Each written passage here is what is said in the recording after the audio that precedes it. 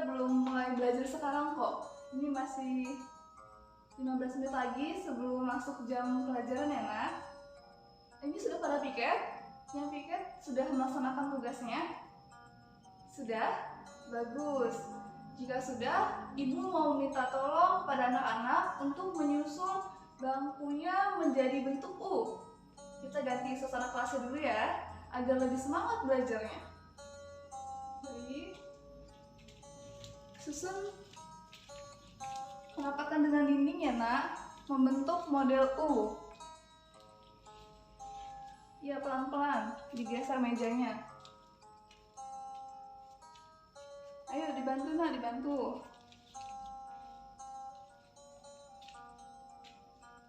Ini masih ada yang belum datang? Farel belum datang? Baik, akan kita tunggu terlebih dahulu sembari merapikan mejanya. Nah, itu hordingnya dibuka ya nak. Jendelanya juga dibuka agar sirkulasi udara di kelas ini baik. Kalau ada debu di sudut-sudut jendela juga dibersihkan ya nak pakai kemoceng. Ada kemoceng kan? Tidak ada? Waduh, kok tidak ada? Baik, akan ibu sampaikan kepada wali kelas 9D ya. Iya, silakan masuk Farel. Kita belum mulai belajarnya kok. Ini masih merapikan tempat duduknya menjadi bentuk U. Farel kenapa datangnya hampir terlambat? Kesiangan? Waduh, besok jadi kesiangan lagi ya. Iya, silakan duduk di tempatnya. Untuk kita semua, kita jangan tidur begadang. Karena kalau kita tidur begadang, kita pasti besoknya akan kesiangan dan akan buru-buru berangkat ke sekolah. Tentu sangat berbahaya bukan? Jika kita terburu-buru, ketika menyeberang dan lainnya, itu akan membahayakan diri kita sendiri. Oleh karena itu, jangan tidur terlalu malam dan usahakan untuk berangkat lebih awal agar tidak terburu-buru berangkat ke sekolah.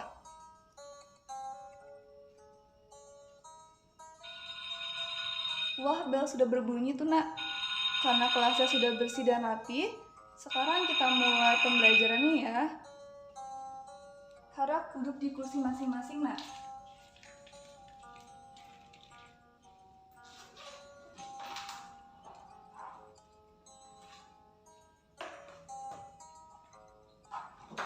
Baik, kita akan mulai belajar. Assalamualaikum warahmatullahi wabarakatuh. Selamat pagi anak-anak. Baik. Sebelum memulai pembelajaran, marilah kita berdoa terlebih dahulu agar materi pada hari ini dapat mudah dipahami. Berdoa dimulai.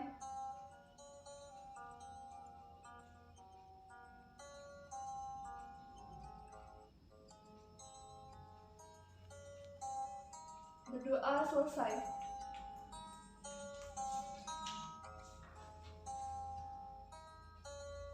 Baik, apakah hari ini masuk semua nak? Masuk semua? Alhamdulillah. Berarti 20 siswa pada sesi 1 hari Selasa ini masuk semua ya nak?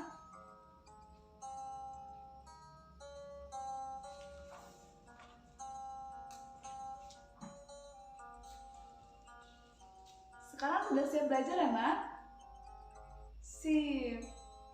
Pekan lalu kita telah melaksanakan penilaian harian materi teks cerita pendek. Pekan ini kita akan mempelajari materi baru nih. Apakah ada yang sudah membaca materi apa yang akan kita pelajari hari ini? Lydia, tahu materi apa yang akan kita pelajari hari ini? Iya betul, teks diskusi. Hari ini kita akan belajar materi teks diskusi. Sebelumnya, apakah ada yang tahu apa itu diskusi? Ya? Bertukar pikiran? Betul. Tahu? Membahas suatu permasalahan? Betul. Jadi diskusi itu adalah bisa bertukar pikiran atau pendapat atau membahas suatu permasalahan tertentu. Kalau teks diskusi, apakah ada yang tahu apa itu teks diskusi? Radik tahu? Coba disebutkan. Iya betul. Teks diskusi adalah teks yang menyajikan informasi atau opini terhadap sebuah isu atau permasalahan yang dilihat dari dua sudut pandang yang berimbang, yaitu yang mendukung pro dan yang menentang itu kontra. Bagus. Kalau tujuan teks diskusi? Benar sekali. Tujuan teks diskusi adalah untuk membahas, menengahkan, atau mengevaluasi suatu permasalahan yang dibahas dengan tidak hanya satu sudut pandang, melainkan sudut pandang yang mendukung dan yang menentang. Definisi sudah, tujuan juga sudah, sekarang kita akan bahas struktur. Struktur teks diskusi. Membuat tidak panah. Artinya struktur teks diskusi itu ada 3. Apa yang pertama? Tahu? Coba dibuka bukunya. Apa yang pertama? Iya betul, pendahuluan. Struktur yang pertama yaitu pendahuluan. Kalau yang kedua? Ayo apa? Iya, argumen.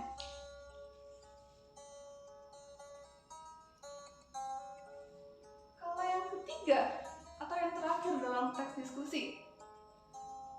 Iya betul, simpulan.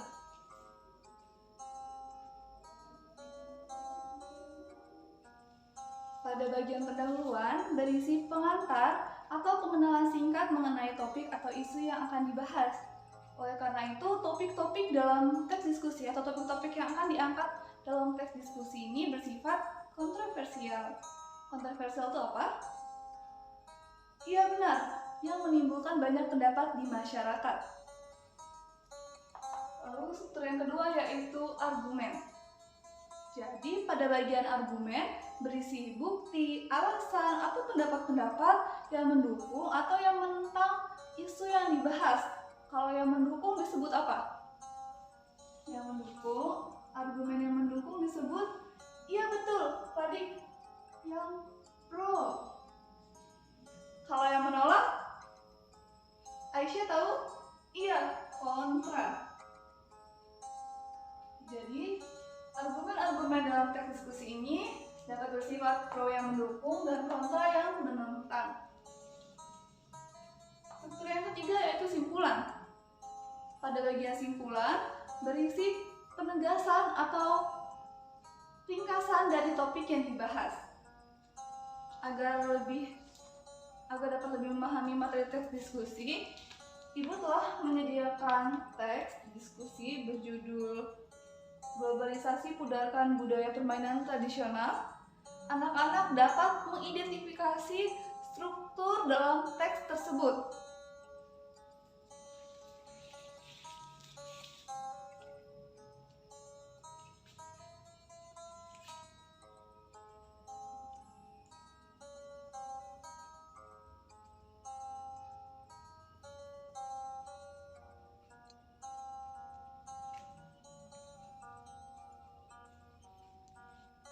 Apakah dapat terlihat, Nak, teks diskusi yang Ibu tampilkan pada laptop Ibu? Jika tidak terlihat, Ibu akan bagikan print out-nya.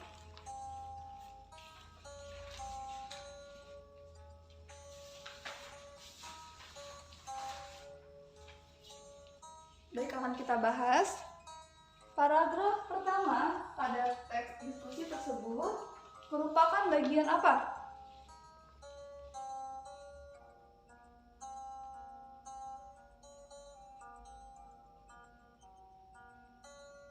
Iya betul. Paragraf pertama pada teks diskusi ini yaitu bagian pendahuluan. Ini memaparkan secara singkat bahwa era globalisasi ini membawa banyak perubahan, termasuk pada permainan anak-anak yang mulanya bersifat tradisional menjadi permainan modern.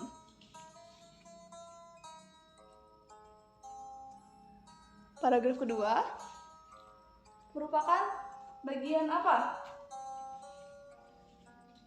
Iya betul, merupakan bagian argumen. Argumen yang mendukung atau yang menolak nih.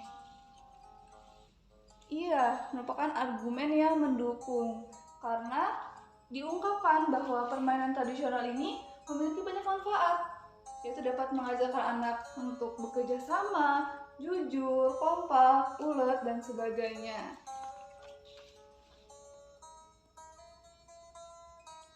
Lalu paragraf ketiga. Paragraf ketiga termasuk bagian argumen yang menentang atau argumen kontra. Karena pada paragraf ini disebutkan bahwa ternyata permainan tradisional memiliki beberapa kekurangan, yaitu perlu menggunakan energi yang banyak.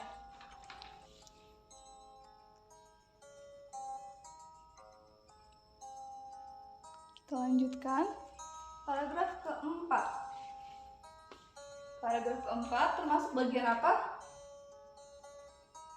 Argumen mendukung yang benar atau menentang nih? Iya, argumen yang mendukung. Disebutkan bahwa pada paragraf ini permainan modern ini lebih disukai oleh anak-anak pada masa sekarang karena orang tua itu tidak perlu cemas anaknya mengalami cedera dan sebagainya. Karena game atau permainan modern ini tidak melibatkan fisik anak-anak.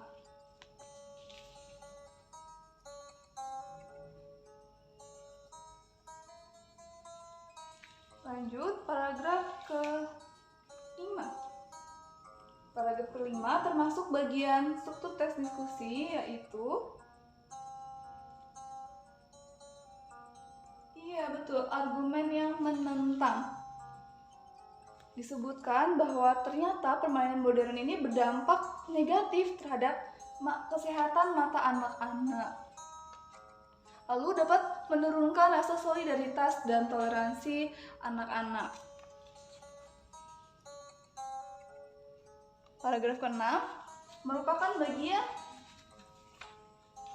betul, paragraf ke-6 termasuk bagian simpulan pada teks diskusi tersebut. Wah, anak-anak sudah memahami dan mampu mengidentifikasi bagian-bagian struktur dalam teks diskusi. Baiklah, apakah ada yang ingin ditanyakan terkait pengertian, tujuan, atau struktur teks diskusi yang telah kita pelajari? Apakah ada yang masih belum dipahami mengenai materi-materi yang telah kita pelajari? Iya? Silakan sebut namanya dan ajukan pertanyaannya. Baik, terima kasih Alia atas pertanyaan yang telah diajukan. Kepada siswa-siswa yang lain, apakah ada yang dapat menjawab pertanyaan Alia? Yaitu, bagaimana cara menyimpulkan teks diskusi? Ada yang tahu? Ya, Elisa, disilakan.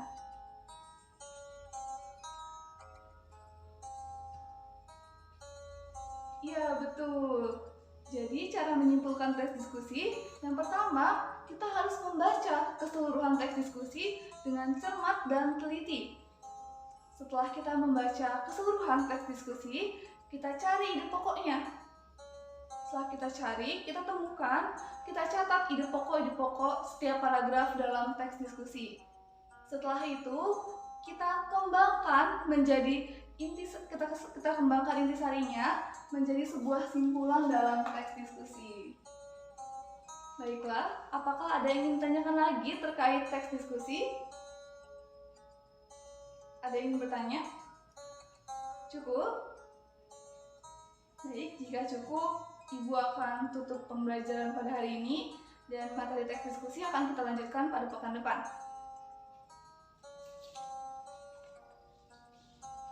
Setelah ini pelajaran apa, Nak? IPS?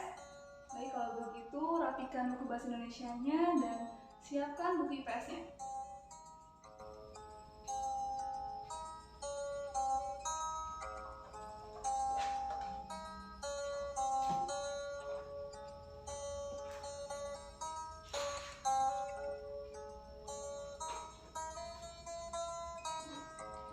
kasih telah mengikuti pembelajaran pada hari ini dengan sangat baik. Semoga materi yang telah kita pelajari dapat bermanfaat untuk kita semua. Ibu akhiri, wassalamualaikum warahmatullahi wabarakatuh.